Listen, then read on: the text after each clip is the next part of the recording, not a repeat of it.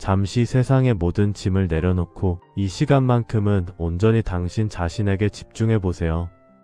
눈을 감으셔도 좋고 편안한 자세로 앉거나 누우셔도 좋습니다. 지금 이 순간 당신은 안전합니다. 모든 것이 잘 될 것입니다. 오늘 우리는 함께 마음속 깊은 곳에 숨겨진 풍요의 씨앗을 발견하는 시간을 가지려 합니다. 혹시 이런 생각을 해보신 적 있으신가요? 왜 내 통장은 늘 비어 있을까? 남들은 쉽게 버는 돈이 왜 나에게만 오지 않을까? 괜찮습니다. 그런 생각이 드는 것은 당연합니다. 열심히 살았는데도 부족함을 느끼는 것은 당신 잘못이 아닙니다. 다만 우리가 아직 배우지 못한 것이 있을 뿐입니다. 오늘 이 시간 부처님의 지혜를 통해 그 답을 함께 찾아가 보겠습니다. 천천히 깊게 마음으로. 오래전 비가 그친 뒤 고요한 숲속에서 한 제자가 부처님 앞에 앉아 있었습니다. 제자의 옷차림은 남루했고 얼굴에는 세상에 대한 원망이 가득했습니다.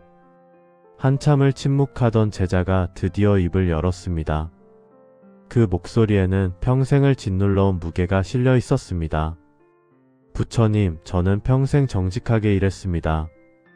남의 것을 탐낸 적도 없고 성실히 살았습니다.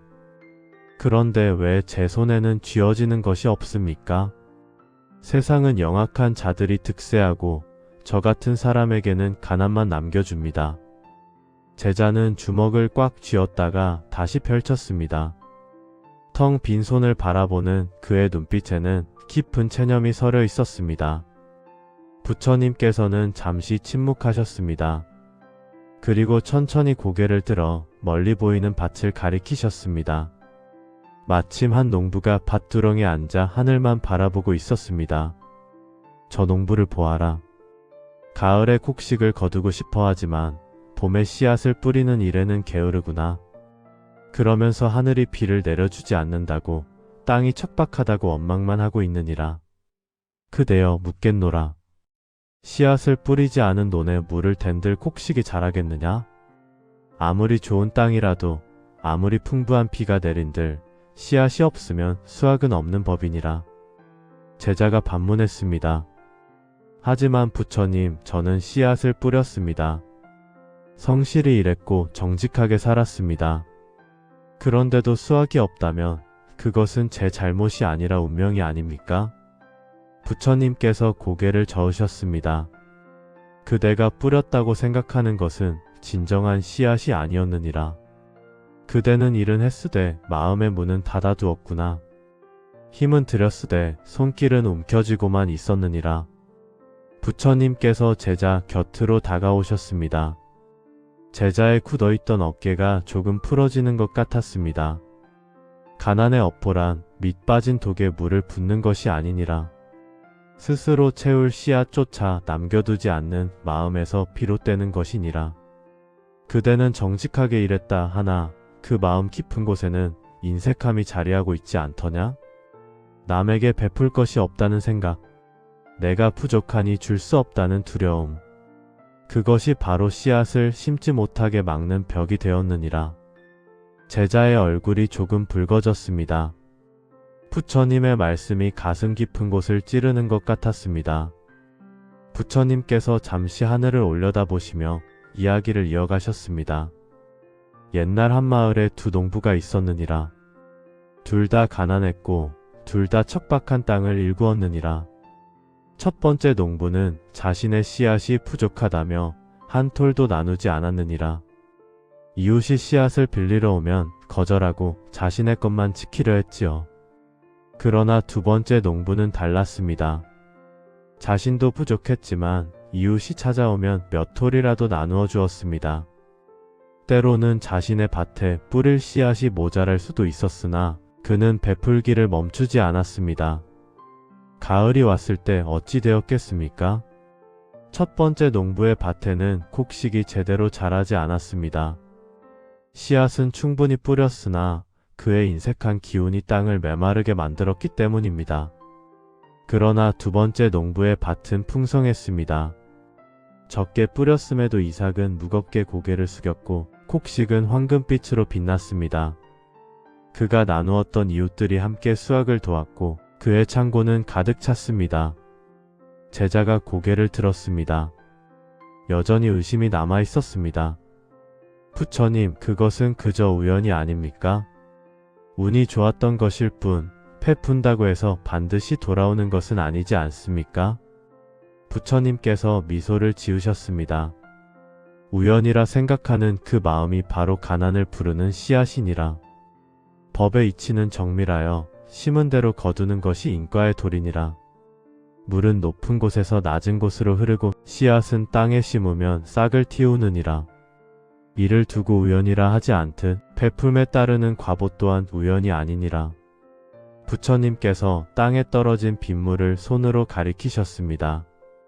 물방울은 작은 도랑을 따라 흘러 결국 큰 웅덩이로 모이고 있었습니다. 저 물을 보아라. 작은 물방울 하나하나는 보잘것없으나 흐름을 만들면 강이 되느니라. 그대의 작은 배품 역시 그러하니라. 지금은 미약해 보여도 그것이 흐름을 만들면 풍요라는 강으로 돌아오는 법이니라. 제자는 더 이상 반박하지 않았습니다.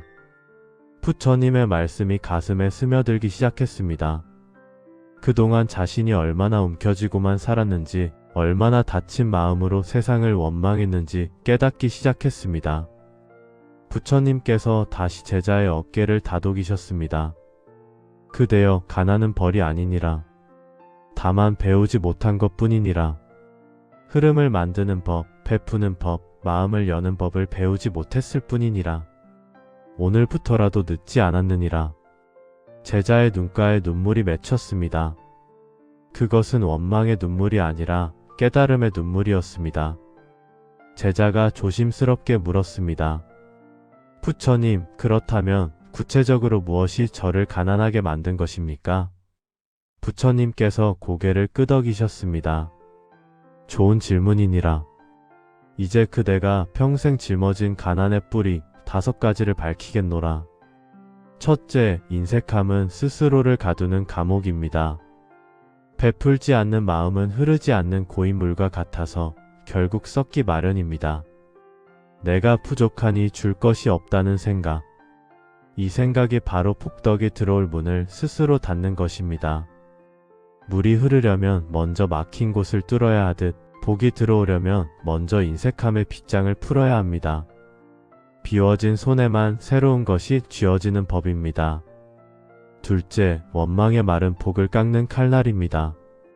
세상이 불공평하다, 운이 없다고 뱉는 한타는 그대가 가진 작은 폭덕마저 흩어지게 만듭니다. 말은 씨앗이 되어 그대의 현실이라는 밭에 뿌려집니다. 가난하다고 투덜대는 말은 가난의 에너지를 계속해서 불러들입니다. 입으로 가난을 말하면 마음이 가난을 믿게 되고 몸이 가난을 행하게 됩니다. 이제는 없다는 말 대신 이미 촉함을 알아차리는 감사로 마음밭을 일구어야 합니다. 셋째, 남의 풍요를 시기하면 내 그릇이 깨집니다. 남의 논에 곡식이 잘 자라는 것을 시기하는 농부는 정작 제 논의 잡초를 보지 못합니다. 타인의 성취를 기뻐해주는 것은 돈 한 푼 들지 않고 가장 큰 복을 쌓는 방법입니다. 남이 잘 되는 것을 진심으로 축복할 때 그 성공의 기운이 비로소 그대에게도 연결됩니다. 질투의 불꽃은 남을 태우기 전에 먼저 그대 자신을 태우는 법입니다. 넷째, 공짜를 바라는 마음은 업의 빚을 늘립니다. 심지 않은 곳에서 거두려 하는 것은 도둑의 마음과 같습니다. 노력 없이 얻어지는 행운을 바라는 마음은 오히려 더 큰 손실을 부릅니다. 세상에 공짜는 없습니다.